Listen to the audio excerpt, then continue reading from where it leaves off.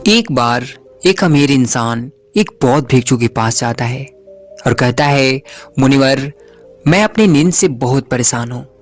बहुत कोशिश करने के बाद भी मैं देर रात तक सो नहीं पाता और रात में सोने से पहले मेरे मन में दुनिया भर के विचार चलते रहते हैं और जब मुझे भी नींद भी आ जाती है तो मैं पूरी रात करवटें बदलता रहता हूँ और जब सुबह नींद खुलती है तो मुझे कुछ अच्छा महसूस नहीं होता।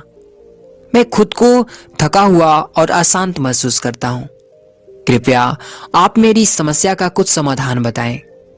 बौद्ध भिक्षु ने कहा, इससे पहले कि मैं तुम्हारी समस्या का समाधान बताऊं, मैं तुम्हें गौतम बुद्ध के गहरी नींद के रहस्य के विषय में एक छोटी सी कहानी सुनाना चाहता हूं। उस इंसान ने कहा, जैसी आपकी इच्छा मुनिवर। बौद्ध भिक्षु ने कहना शुरू किया, जब तथागत गौतम बुद्ध सोते थे तो वो पूरी रात एक ही अवस्था में रहा करते थे। वो कभी करवटें भी नहीं बदला करते थे। वो जिस अवस्था में रात्रि को सोते थे सुबह तक उसी अवस्था में रहते थे। गौतम बुद्ध का एक शिष्य था आनंद, जो कि अक्सर उनके पास ही सोया करता था। आनंद को यह बात बहुत परेशान करती थी कि आखिर गौतम बुद्ध एक ही शारीरिक अवस्था में पूरी रात कैसे गुजार सकते हैं। जब कभी भी रात में आनंद की आंखें खुलती तो वो हमेशा गौतम बुद्ध को एक ही अवस्था में सोते हुए पाता। ये बात उसके मन में बहुत से प्रश्न पैदा करती थी। लेकिन एक दिन भिक्षु आनंद अपनी जिज्ञासा को रोक नहीं पाया और वह गौतम बुद्ध के पास चला गया। उसने मध्य रात्रि में ही गौतम बुद्ध को नींद से जगा दिया और कहा, तथागत, मुझे क्षमा करें। मैं जानता हूं कि आपसे ये प्रश्न पूछने का समय नहीं है, क्योंकि आप पूरे दिन चलते रहते हैं और लोगों को धम्म का ज्ञान देते हैं और उनकी समस्याओं का समाधान करते हैं। लेकिन मेरे अंदर एक जिज्ञासा इतनी बढ़ चुकी है कि मैं सुबह तक का इंतजार नहीं कर सकता। इसलिए आप मेरे प्रश्नों का उत्तर देकर मेरे जिज्ञासा को शांत करें प्रभु।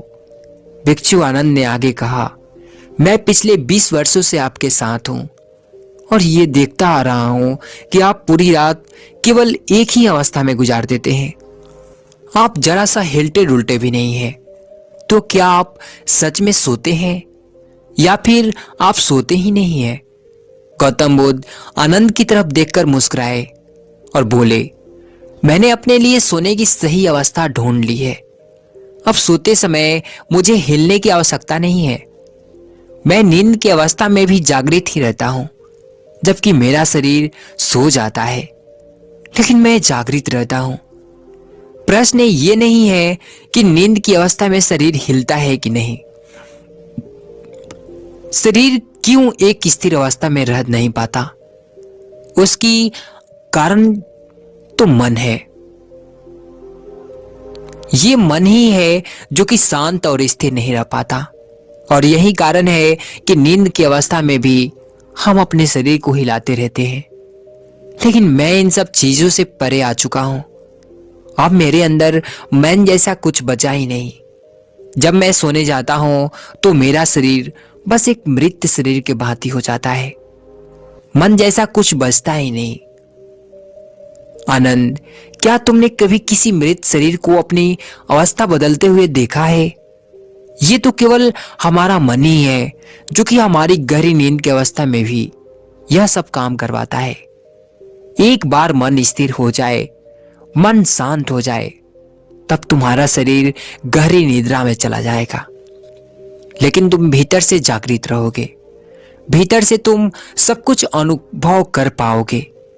सोने के बाद भी तुम्हारी जागरूकता एक छोटे से जलते हुए दीपक की तरह लगातार प्रज्वलित रहेगी। कहानी खत्म करने के बाद बौद्ध भिक्षु ने उस अमीर इंसान से कहा, एक जागृत इंसान ना कि केवल अपने शरीर को पूरी जागरूकता के साथ देखेगा, बल्कि वह अपने मन को भी पूरी जागरूकता के साथ देखता रहता है। एक जागृत आदमी सामान्य आदमी की तरह नहीं सोते। जब सामान्य आदमी सोता है तो वह अवचेतन हो जाता है। उसे अपने जब सामान्य व्यक्ति सोता है तो वह अचेतन हो जाता है। उसे अपने आसपास का भी पता नहीं होता। इसीलिए तो वह अपने सपनों को भी चुनाव नहीं कर पाता। लेकिन जब एक बुद्ध व्यक्ति सोता है तो वह जागरूक होता है। जैसे सुबह आंखें खुली होती है, वैसे ही बुद्ध व्यक्ति की नींद में भी होती है। इसीलिए ऐसा कहा जाता है कि बुद्ध व्यक्ति कभी सोते नहीं है। जब एक आम इंसान सोने जाता है तब उसे नहीं पता चलता कि वो कब सो जाता है। लेकिन यदि तुम जागने और सोने के बीच के उस छोटी से पल में, जब हम सोने के एकदम करीब होते हैं, जागृत रह पाए तो कुछ अजीब घटित होगा जो तुम्हें जागरूकता के और करीब ला जाएगा। यह सुन उस इंसान ने कहा, मुनिवर, मुझे इतनी गहरी आध्यात्मिक की बातें समझ नहीं आती। कृपया आप मुझे आसान शब्दों में समझाएं कि मुझे आसानी से गहरी नींद क्यों नहीं आती। बौद्ध भिक्षु ने कहा, देर रात तक जागने और आसानी से गहरी नींद ना आने का 5 प्रमुख कारण है। पहला कारण है बिस्तर पर सोने के अलावा अन्य काम करना। जैसे कि बहुत से लोगों की आदत होती है कि वो बिस्तर पर ही खाना खा लेते हैं, बिस्तर पर ही पढ़ाई करने बैठ जाते हैं, और ऐसे ही बहुत से काम वो अपने शयन कक्ष में ही करते हैं। शयन कक्ष का अर्थ ही होता है सोने की जगह। लेकिन लोग इसे अन्य कामों के लिए भी प्रयोग करते हैं, जिससे हमारे मस्तिष्क में शयन कक्ष का एक निश्चित अर्थ नहीं रह जाता। इसीलिए फिर जब हम बिस्तर पर सोने जाते हैं तो हमारा मन पूर्ण रूप से इस बात को स्वीकार नहीं कर पाता कि अब हमें सोना है, क्योंकि आपने उसी जगह पर किसी अन्य कामों को करने की आदत डाल ली है। दोस्तों, अगर आज के समय के अनुसार बात करें तो हम फोन भी बिस्तर पर लेटकर ही चलाते हैं, ऑफिस का काम भी बिस्तर पर ही करते हैं, चाहे मूवी देखना हो, खाना खाना हो, वीडियो गेम खेलना हो या गप्पे मारना हो। आजकल लोग अपना अधिकतर समय बिस्तर पर यूं ही लेटे लेटे गुजार देते हैं, जिसकी वजह से हमारे मन में बिस्तर अब सिर्फ एक सोने की जगह नहीं रही। ये एक बड़ा कारण है कि जब हम बिस्तर में सोने जाते हैं तो हमें घंटों तक नींद नहीं आती। बौद्ध भिक्षु ने आगे कहा, बौद्ध आश्रमों में एक भिक्षु सुबह सोकर उठते ही अपने बिस्तर का त्याग कर देता है और फिर वो दोबारा रात में सोते के वक्त ही बिस्तर पर वापस जाता है, जिससे उसके मस्तिष्क को पता है कि बिस्तर में आने का अर्थ है गहरी निद्रा में जाना। गहरी और आरामदायक नींद ना आने का दूसरा कारण है सोने के एक निश्चित समय का निर्धारित न होना। बौद्ध भिक्षु ने कहा, अगर तुम सुबह जल्दी और पूरी नींद लेकर उठना चाहते हो तो तुम्हें रात को जल्दी और एक निश्चित समय पर सोने की आदत डालनी होगी। बौद्ध आश्रमों में रहने वाले भिक्षु हमेशा ही एक निश्चित समय पर सोने के से कुछ घंटे पहले हल्का और आसानी से पचने वाला भोजन ग्रहण करते हैं और रोज रात एक निश्चित समय पर सोने चले जाते हैं। तो इस तरीके से वो एक निश्चित दिनचर्या का पालन भी करते हैं। बौद्ध भिक्षु ने आगे कहा, गहरी नींद ना आने और सुबह उठने पर अच्छा महसूस ना करने का तीसरा कारण है कि सोने से पहले नकारात्मक विचारों के बारे में सोचना। आप जैसे विचारों के बारे में सोचते हुए सोते हैं, सुबह आंख खोलते ही आपके मन में सर्वप्रथम वैसे ही विचार आते हैं। इसलिए जब आप नकारात्मक विचारों को सोचकर सोते हैं तो सुबह आप उन्हीं के साथ उठते भी हैं। बिस्तर में लेटे हुए जब हम बिल्कुल सोने ही वाले होते हैं तब हमारा अवचेतन मन सबसे ज्यादा सक्रिय होता है, और इस समय जैसे विचार हम अपने अंदर पैदा करते हैं, हमारा अवचेतन मन सीधे उन विचारों को ग्रहण कर लेता है और उन्हें वास्तविकता में लाने की कोशिश करता है। हमारा अवचेतन मन अच्छे और बुरे विचारों में चुनाव नहीं कर सकता।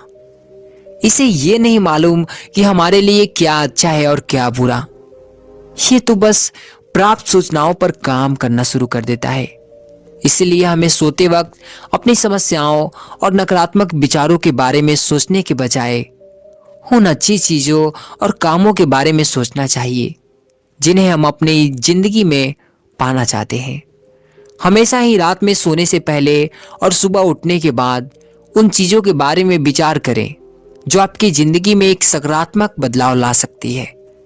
अच्छी और गहरी नींद ना आने का चौथा कारण है गलत तरीके से सोना। बौद्ध भिक्षु ने कहा, तुमने सुना होगा कि भारत में अक्सर कहा जाता है कि उत्तर दिशा की तरफ सिर करके मत सोना। ऐसा इसलिए होता है क्योंकि जब हम उत्तर की तरफ सिर करके सोते हैं तो पृथ्वी के चुंबकीय खिंचाव की वजह से हमारे शरीर का बहुत सा रक्त मस्तिष्क की तरफ जाने का प्रयास करता है और मस्तिष्क में पाई जाने वाली नसों का बहुत पतला होने के कारण उनके फटने का खतरा बढ़ जाता है। और अगर कोई इंसान काफी बुजुर्ग और काफी कमजोर है तो उसकी मृत्यु भी हो सकती है। लेकिन आमतौर पर उत्तर की तरफ सिर करके सोने वाले लोग जब सुबह उठते हैं तो वो अपने सिर में एक तनाव सा महसूस करते हैं और उन्हें पूरी रात बेचैनी और करवटें बदल बदल कर बितानी होती है। दूसरी गलती जो लोग अपने सोने की अवस्था में करते हैं वो है कि वो बस किसी भी तरीके से सो जाते हैं और वो इस बात का ख्याल नहीं रखते कि उनकी रीढ़ की हड्डी सीधी है कि नहीं। लोग अक्सर पेट के बल या कैसे भी सो जाते हैं, जबकि हमें कोशिश करनी चाहिए या तो हम सीधे सोएं या फिर अपने बाईं तरफ की करवट लेकर सोएं। इससे शरीर के अंगों पर अतिरिक्त खिंचाव नहीं पड़ता। सोते वक्त ज्यादा मोटे गद्दे का प्रयोग ना करें क्योंकि इससे आपके रीढ़ की हड्डी मुड़ती है और गहरी नींद में रुकावट पैदा होती है। साथ ही ज्यादा मोटे तकिए का भी प्रयोग ना करें क्योंकि इससे आपकी गर्दन ज्यादा मुड़ती है और आपका शरीर तनाव महसूस करता है और ये आपकी गहरी नींद में एक रुकावट का कारण बनता है। देर रात तक नींद ना आने और रात भर नींद में बेचैन रहने का पांचवा कारण है बहुत अधिक मात्रा में और देर से पचने वाले भोज्य पदार्थों का सेवन करना। अगर आप रात में भारी और अत्यधिक तेल युक्त पदार्थों का सेवन करते हैं तो इससे हमारी नींदों में भी व्यवधान पड़ता है क्योंकि इन पदार्थों को पचने में काफी समय और ऊर्जा लगती है। इसलिए अगर आप ऐसे पदार्थों का सेवन करते हैं तो कोशिश करिए कि उन्हें सोने से लगभग 3 से 4 घंटे पहले ही ले। उस इंसान ने कहा, मुनिवर, मैं ये तो समझ गया कि गहरी और आरामदायक नींद ना आने का क्या कारण है, लेकिन क्या आप अब ऐसे कुछ उपाय बता सकते हैं जिन्हें करने से हमें एक गहरी नींद लेने में सहायता मिले? बौद्ध भिक्षु ने कहा, मैं तुम्हें कुछ ऐसी क्रियाएं बता रहा हूं जिन्हें तुम सोने से पहले या उठने के बाद कर सकते हो, जिससे तुम्हारी नींद तो गहरी होगी ही, साथ ही तुम्हारे जीवन में एक सकारात्मक बदलाव भी आएगा। और ये सारी ही क्रियाएं तुम्हें नित ही करनी है। इसमें से जो 3 क्रियाएं तुम्हारे लिए उपयुक्त बैठे तुम कर सकते हो। सबसे पहले कोशिश करो कि सोने से पहले हल्के गुनगुने पानी से स्नान कर लो। इससे हमारा शरीर जागृत और तनाव मुक्त हो जाता है। तुमने देखा होगा कि जब कोई इंसान स्नान करके आता है तो उसके भीतर से एक सकारात्मक ऊर्जा महसूस होती है।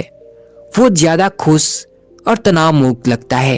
इसका कारण यह है कि हमारा ज्यादा शरीर पानी है और पानी हमारे शरीर का एक बुनियादी हिस्सा है। सोने से पहले हो सके तो अपने शयन कक्ष में कोई जैविक तेल, रुई का बना हुआ दीपक जलाएं। इससे आप आसपास के वातावरण में सकारात्मकता आती है। और सोने से पहले थोड़ा सा पानी पीकर जाएं। इससे आपको काफी मदद मिलेगी। जब आप बिस्तर में जाएं तो सोने से पहले कुछ मिनटों तक ध्यान करें और हर उस चीज के लिए आभार व्यक्त करें जो आपके पास है, या फिर आप अपने दिन के उन सभी अच्छे कार्य के बारे में सोच सकते हैं जो आपने आज किए हैं। एक बार एक गुरु अपने आश्रम में कुछ शिष्यों को जीवन में अनुशासित रहने की शिक्षा दे रहे थे। उपदेश पूरा होने के बाद सभी शिष्य अपने कार्य में लग जाते हैं।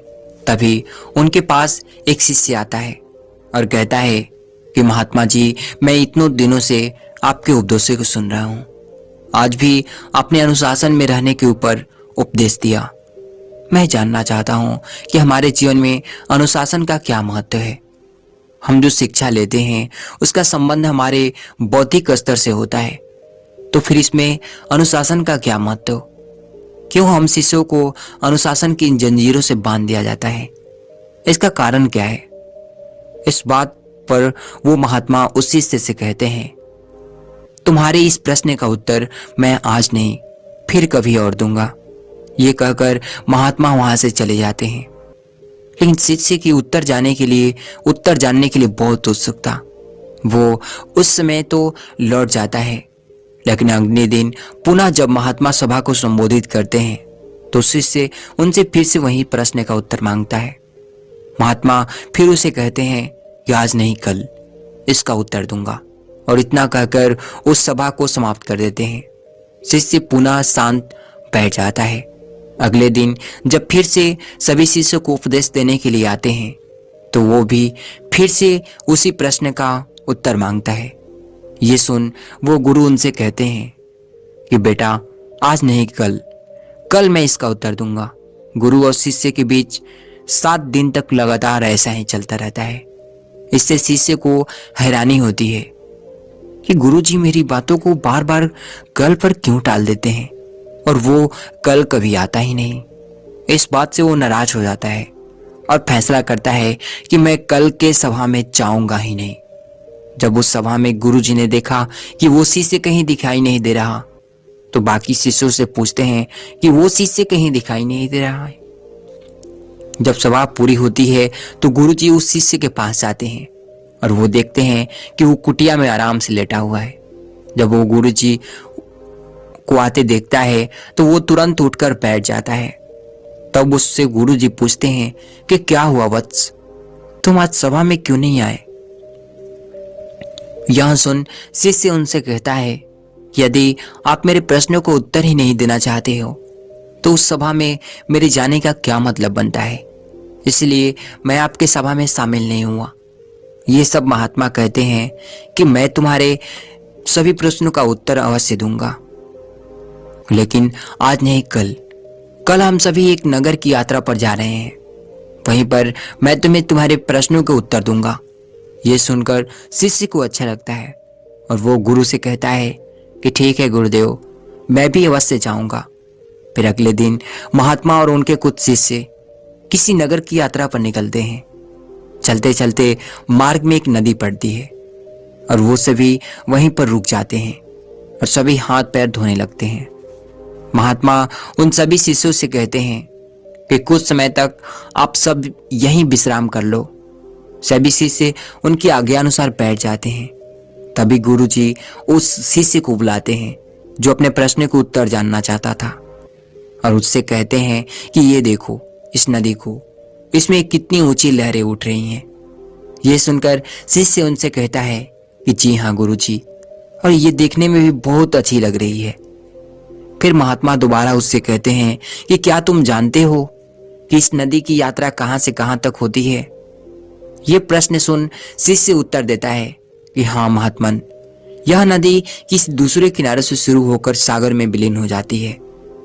ये सुन महात्मा कहते हैं कि अब ये बताओ कि यह नदी दूर दूर तक यात्रा करती है, लेकिन इस नदी के अगर दोनों किनारों ना होते तो क्या वो इतनी लंबी यात्रा कर पाती?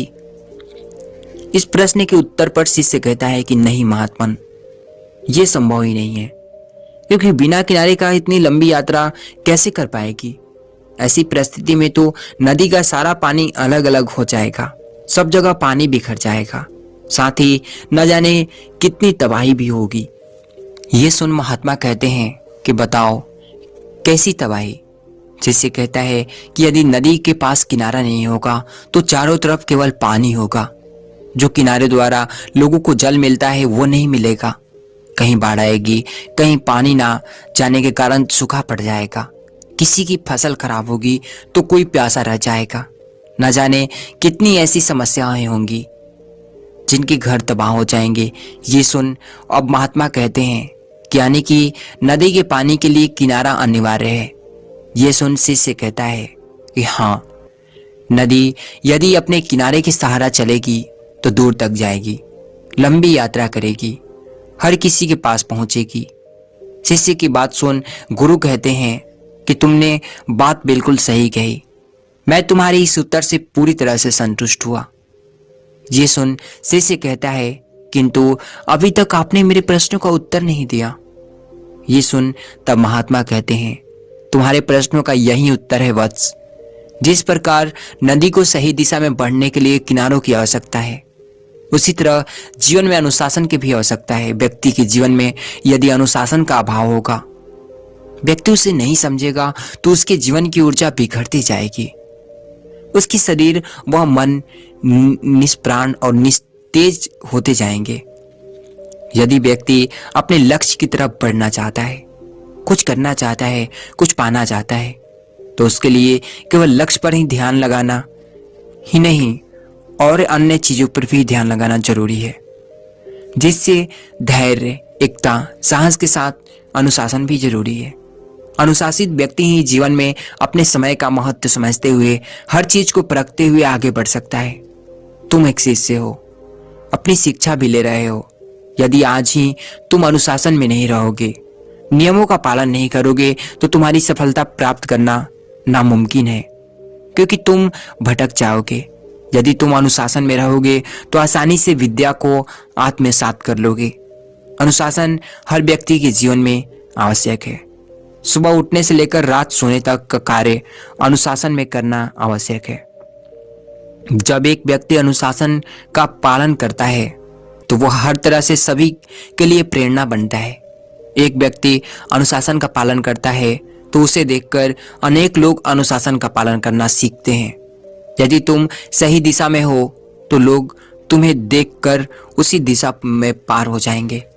बहुत सरल सी बात है कि एक अनुशासित व्यक्ति की छवि हर व्यक्ति को उसकी ओर आकर्षित करती है, उसके कार्य की ओर आकर्षित करती है। समय के साथ अपने कार्यों को पूरा करना अनुशासन है। अब तुम समझे कि जीवन में अनुशासन क्यों जरूरी है।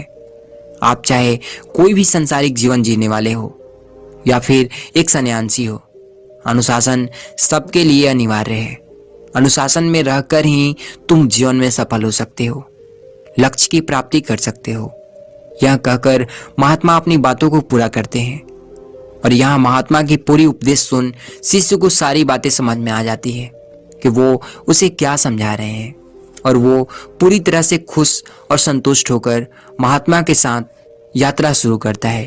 और इसी के साथ हम इसमें दूसरी सीख की ओर चलते हैं। एक नगर में एक सुजीत नाम का अछूत लड़का रहता था।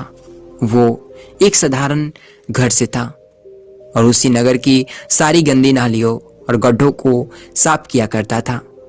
उस नगर के लोग उसे अछूत की दृष्टि से देखते थे। कोई उसे जल्दी ना तो अपने घर आने देता, ना उनसे बात करता। सबकी नजर में वो एक अछूत और गंदगी साफ करने वाला लड़का था। सुजीत ये बात बहुत अच्छे से जानता था और वो इस सत्य को स्वीकार भी कर रहा था। वो जल्दी किसी से बात नहीं करता, बस अपने काम से काम रखता।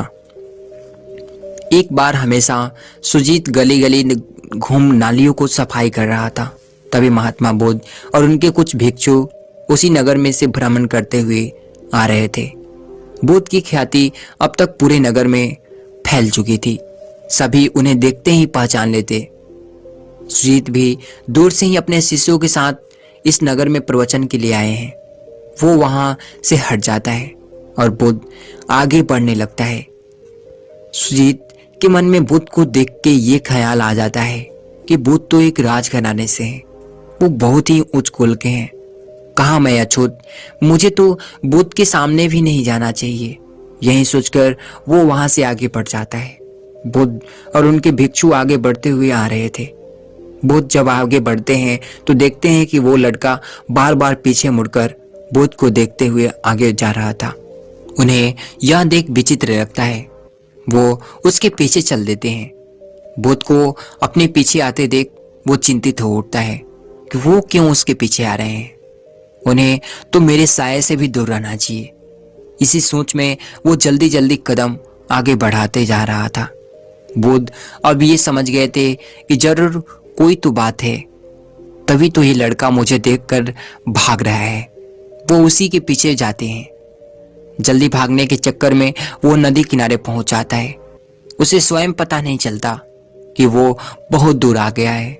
वो नदी के पास पहुंचता है तो देखता है कि आगे रास्ता ही नहीं है।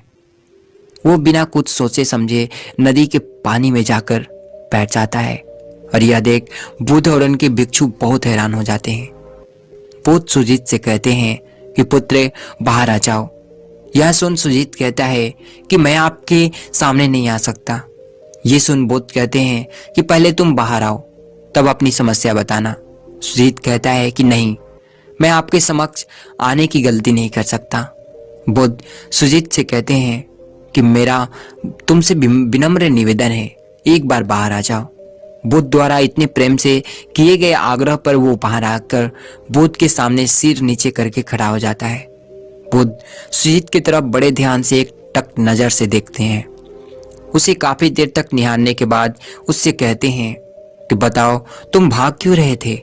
ये सुन सुजीत कहता है कि तथागत, आप एक उच्च कुल के बड़े घराने के राजकुमार हैं। आपके रक्त में एक उच्च खानदान का रक्त बह रहा है।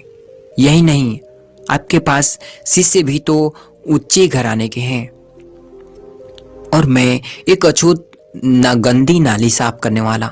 मेरा आपके सामने आना भी आप सबको पूरी तरह से अपवित्र कर देगा। मैं जानता हूं कि आपके संग में केवल अच्छे वर्ग के भिक्षु हैं। सुजीत की बात सुन महात्मा बुद्ध मुस्कुराने लगते हैं और वो सुजीत के समक्ष जा उनके सिरों पर हाथ रख देते हैं। ये देख सुजीत भावुक हो जाता है क्योंकि किसी ने पहली बार उसे स्नेह भरी नजरों से हाथ रखा था, ना कि उसे अछूत कहकर उसका तिरस्कार किया था। ये देख वो उनके चरणों में गिर जाता है और कहता है कि हे बुद्ध, कृपया आप मुझे भी दीक्षा दीजिए।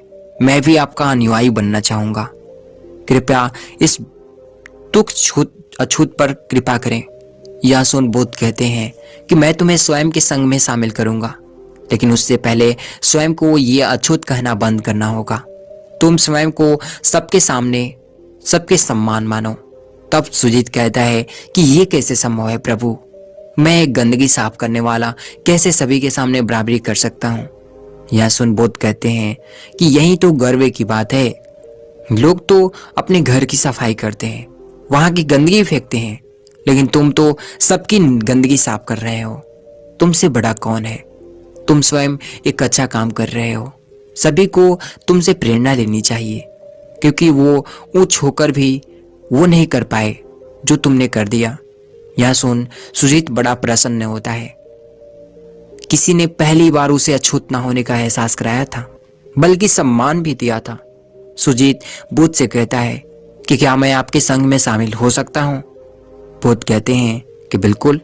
बुद्ध के संग द्वार हमेशा सबके लिए खुले रहते हैं। वो स्वयं के पास से एक गेरुए रंग का वस्त्र उसे थमा देते हैं और कहते हैं कि लो, अब तुम एक भिक्षु हो। यह सुन सुजीत का मन बहुत प्रसन्न होता है। उसके मन में शुरू से ही बुद्ध के संग में शामिल होने की मंशा थी, लेकिन लोगों के भय द्वारा, तिरस्कार द्वारा उसने कभी साहस नहीं किया था। लेकिन उस दिन से वो बुद्ध के संग में जुड़ गया। कुछ ही दिनों बाद ये बात उस नगर में आग की तरह फैल गई कि बुद्ध ने एक अछूत लड़के को अपने संग में शामिल कर लिया है।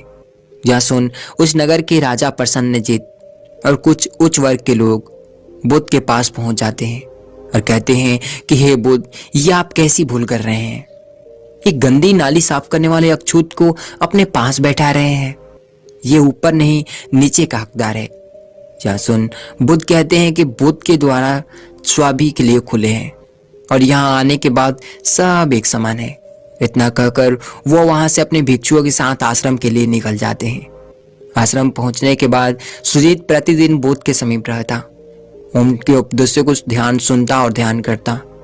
यानी कि एक बौद्ध भिक्षु का हर एक कर्तव्य नियम का पालन करता था और पालन करते करते कुछ महीनों में उसने सब कुछ सीख लिया और वो भिक्षु बन गया और स्वयं को कम समय में इतने पारंगत कर लिया कि बुद्ध उसे दूसरे नगरों में प्रवचन करने के लिए, उपदेश देने के लिए भेजने लगे। वो बुद्ध से इतना प्रभावित था कि उनके साथ बहुत जल्द सब कुछ सीखने लगा, उनके सांचे में ढल गया। एक बार बुद्ध ने सुजीत को बुद्ध स्वयं के संग के सभी शिष्यों को उपदेश देने के लिए कहा था। आज्ञानुसार सुजीत बैठकर उपदेश दे रहे थे कि तभी आश्रम में राजा प्रसन्नजीत का आगमन होता है। बुद्ध से मिलने के लिए वो राजा प्रसन्नजीत आते हैं। तभी वो देखते हैं कि जिस लड़के को सब अछूत कहते थे वो सभी को उपदेश दे रहा है। राजा भी बैठकर उपदेश सुनने लगते हैं। उसकी उपदेश सुन बहुत ही हैरान हो जाते हैं। वो सुजीत के उपदेशों से बहुत प्रभावित होते हैं और तब वो बुद्ध की समझ आकर कहते हैं कि सत्य कहते हैं आप तथागत, व्यक्ति की जाति नहीं उसके गुण और कर्म को देखना चाहिए, उसे टटोलना चाहिए। और तब राजा प्रसन्नजीत सुजीत की प्रशंसा कर लौट जाते हैं। सुजीत बुद्ध को धन्यवाद देते हुए कहता है कि आज आपके कारण मुझे ये सम्मान मिला। तथागत बुद्ध उसे समझाते हुए कहते हैं कि नहीं सुजीत, ये तुमने स्वयं पाया है, ये सब तुम्हारे परिश्रम और लगन का फल है। और इसी तरह सुजीत बौद्ध संघ में ही अपना जीवन दे देता है और इस कारण बौद्ध संघ के द्वार सभी के लिए छूत व छूत वर्ग के सभी लोगों के लिए खुले रहते थे। तो कैसी लगी यह कहानी और ये 2 सीख कमेंट में जरूर बताना और इस कहानी का साथ अगली कहानी का भी मजा लेते रहिए। धन्यवाद।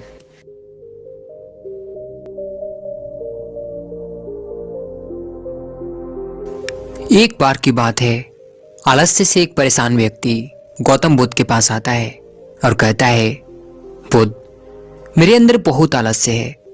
मैं इस आलस्य की वजह से जीवन में वो सब कुछ नहीं कर पा रहा जो मैं करना चाहता हूँ। इस आलस्य ने मुझे बहुत परेशान कर रखा है। इसकी वजह से मैं अपने जीवन में उन्नति नहीं कर पा रहा हूँ। कृपया आप मुझे आलस्य से छुटकारा पाने का कोई तरीका बताएं। यह सुन गौतम बुद्ध मुस्कुराते हैं और उस आलसी व्यक्ति से कहते हैं, तुम्हें कैसे पता कि तुम्हारे अंदर आलस्य है? उस आलसी व्यक्ति ने कहा, बुद्ध, केवल मैं ही बल्कि मेरा पूरा परिवार भी यही कहता है कि मैं एक आलसी व्यक्ति हूं। बुद्ध ने कहा, क्या तुम मुझे इसका प्रमाण दे सकते हो कि तुम एक आलसी व्यक्ति हो? उस आलसी व्यक्ति ने कहा, जी बुद्ध, मैं दे सकता हूं। बुद्ध ने कहा, फिर प्रमाण दो। उस आलसी व्यक्ति ने कहा, बुद्ध, मैं ये तो जानता हूं कि सुबह उठना और मेरे स्वास्थ्य और मेरे मन दोनों के लिए ही लाभकारी है, लेकिन मेरा आलस्य मुझे सुबह जल्दी उठने ही नहीं देता। बुद्ध ने कहा, अच्छा, परंतु क्या तुम्हें पता है कि आलस्य होता क्या है? उस आलसी व्यक्ति ने कहा, बुद्ध, मुझे ये तो नहीं मालूम कि आलस्य होता क्या है, लेकिन ये जो कुछ भी है बहुत बुरा है। बुद्ध ने कहा, आलस्य एक मानसिक अवस्था है, एक भाव है, एक विचार है जिसे जाने अनजाने में हम इंसान खुद ही अपने अंदर पैदा करते हैं। आलसी व्यक्ति ने कहा, परंतु वो कैसे बुद्ध? बुद्ध ने कहा, पहले तो तुम ये समझो कि हमारे भीतर आलस्य 2 कारणों से पैदा होता है। पहला कारण है शारीरिक और दूसरा कारण है मानसिक। शारीरिक आलस्य का पहला कारण है भोजन। जब हम कोई ऐसा भोजन ग्रहण करते हैं जिसमें खुद कोई जीवन नहीं है, तो ये भोजन हमारे शरीर के लिए बोझ बन जाता है और फिर ये हमारे अंदर आलस्य पैदा करता है, क्योंकि हमारा शरीर भोजन से मिलने वाली ऊर्जा के सहारे चलता है और फिर हम इसे जैसा भोजन देते हैं वैसी ही ऊर्जा हमारे शरीर को प्राप्त होती है। इसलिए अगर तुम आलस्य से बचना चाहते हो तो आसानी से पचने वाले और सीधे प्रकृति से प्राप्त होने वाले भोज्य पदार्थों को अपने भोजन में शामिल करो। शरीर के स्तर पर आलस्य का दूसरा कारण है गलत तरीके से चलना, गलत तरीके से बैठना और गलत तरीके से लेटना। गौतम बुद्ध ने आश्रम के भिक्षुओं की तरफ इशारा करते हुए उस आलसी व्यक्ति से कहा, अगर तुम ध्यान से देखो तो तुम्हें आश्रम के इन भिक्षुओं के चलने, बैठने और लेटने की अवस्था में एक विशेष प्रकार का संतुलन नजर आएगा। जब ये चलते हैं तो इनके पैरों के बीच एक तालमेल होता है। जब ये बैठते हैं तो इनकी रीढ़ की हड्डी एकदम सीधी होती है और गर्दन थोड़ी सी ऊपर होती है, और जब ये लेटते हैं तो इनका शरीर एकदम शिथिल होता है। इनके शरीर के किसी भी अंग पर कोई तनाव नहीं होता, जिसके कारण ये एक गहरी और आरामदायक नींद ले पाते हैं। उस आलसी व्यक्ति ने पूछा, बुद्ध, क्या पर्याप्त नींद लेना ही उतना ही जरूरी है? बुद्ध ने कहा, ना कम ना ज्यादा, हमेशा पर्याप्त मात्रा में नींद लेना लाभकारी होता है। अगर तुम आज रात पर्याप्त नींद नहीं लोगे तो तुम्हारा कल का पूरा दिन थकान और आलस से भरा होगा। इसलिए पर्याप्त नींद भी उतना ही जरूरी है। आलसी व्यक्ति ने कहा, हाँ बुद्ध, ये मैंने भी महसूस किया है। बुद्ध ने कहा, शरीर के स्तर पर आलस्य का तीसरा कारण है सुबह जल्दी ना उठ पाना। यह सुनो, उस आलसी व्यक्ति ने कहा, हाँ बुद्ध, मैं सुबह जल्दी उठ ही नहीं पाता हूं। बुद्ध ने कहा, तुम सुबह जल्दी तब उठ पाओगे जब तुम रात में जल्दी सोओगे।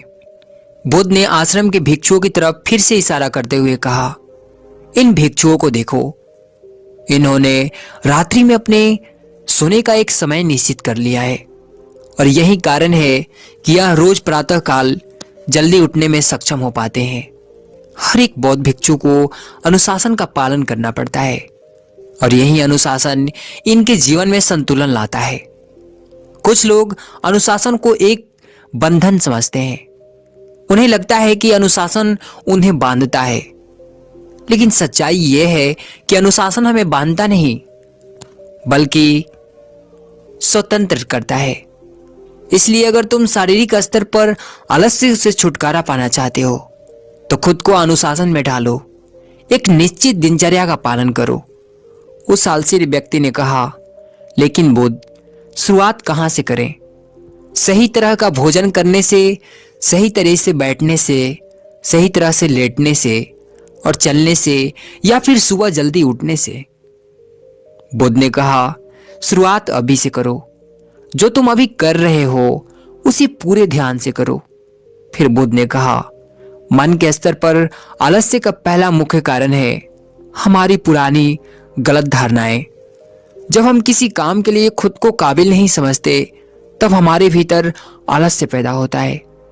अगर हमारे मन में यह विश्वास कर लिया कि पिछली बार की तरह इस बार भी मैं इस काम में असफल हो जाऊंगा, तो उस काम को करने में हमें आलस्य आएगा। जबकि हम खुद को ये नहीं समझा पाते कि पिछली और इस बार में बहुत फर्क है। अब हम मानसिक तौर पर वो नहीं है जो पहले थे। हमने पिछली हार से बहुत कुछ सीखा भी है। इसलिए मानसिक आलस्य से बचने के लिए सबसे पहले खुद के ऊपर विश्वास करना सीखो। मानसिक आलस्य का दूसरा कारण है छोटी सोच वाले लोग और आलसी व्यक्तियों का साथ करना। कई बार ऐसा होता है कि हम खुद आलसी नहीं होते, लेकिन कुछ आलसी और कामचोर लोगों के साथ रहते रहते हम खुद भी आलसी और कामचोर बन जाते हैं। यह सुन उस आलसी व्यक्ति ने कहा, हाँ बुद्ध, ये तो मैंने भी महसूस किया है। बुद्ध ने कहा, तो सबसे पहले आलसी और कामचोर लोगों की संगति से दूर रहो या फिर उनके साथ रहना छोड़ो। बुद्ध ने आगे कहा, मानसिक आलस्य का तीसरा कारण है काम को टालने की आदत। काम को टालने और आलस्य और मानसिक तनाव का सबसे बड़ा कारण है। शुरुआत में तो हमें पता नहीं चलता, लेकिन धीरे धीरे ये आदत हमारे अंदर घर कर जाती है और ये एक अकेली आदत ही किसी इंसान की जिंदगी बर्बाद करने के लिए काफी है। इसलिए जो काम आज किया जा सकता है उसे कल पर कभी न टालें। बुद्ध ने कहा, मानसिक आलस्य का चौथा कारण है लक्ष्य का स्पष्ट न होना। मान लो तुम किसी बड़े से रेगिस्तान में फंस चुके हो और तुम्हें जोरों की प्यास लगी है, तब तुम क्या करोगे? उस आलसी व्यक्ति ने कहा, मैं पानी की तलाश करूंगा। मैं कोशिश करूंगा कि जल्द से जल्द रेगिस्तान के पास वाले गांव में पहुंच जाऊं। बुद्ध ने कहा, लेकिन अगर बहुत कोशिश करने के बाद भी तुम्हें पानी ना मिले तब? उस आदमी ने कहा, मैं तब भी प्रयास करता रहूंगा क्योंकि मेरे पास और दूसरा कोई विकल्प ही नहीं होगा।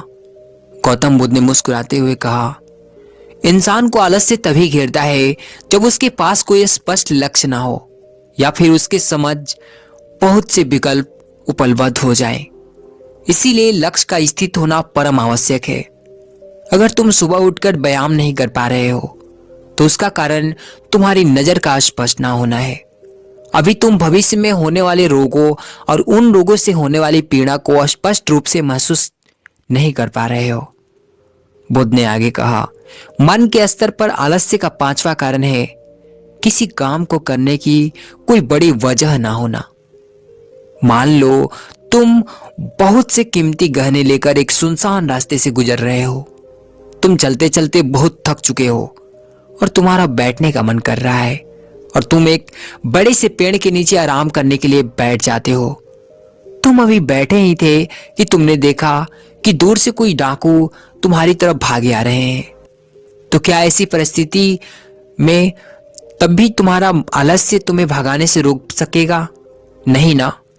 तो मेरी एक बात को समझो, तुम्हारा आलस्य केवल तुम्हें उन्हीं कामों को करने से रोक सकता है जिन्हें करने की तुम्हारे पास कोई बड़ी वजह नहीं है। वह आलसी व्यक्ति कहता है कि आपका बहुत बहुत धन्यवाद बुद्ध, आपने मुझे आलस्य का सारा खेल समझा दिया। गौतम बुद्ध कहते हैं, मेरी एक बात हमेशा याद रखना, जहां स्पष्टता है और काम को करने की कोई बड़ी वजह है वहां आलस्य हो ही नहीं सकता।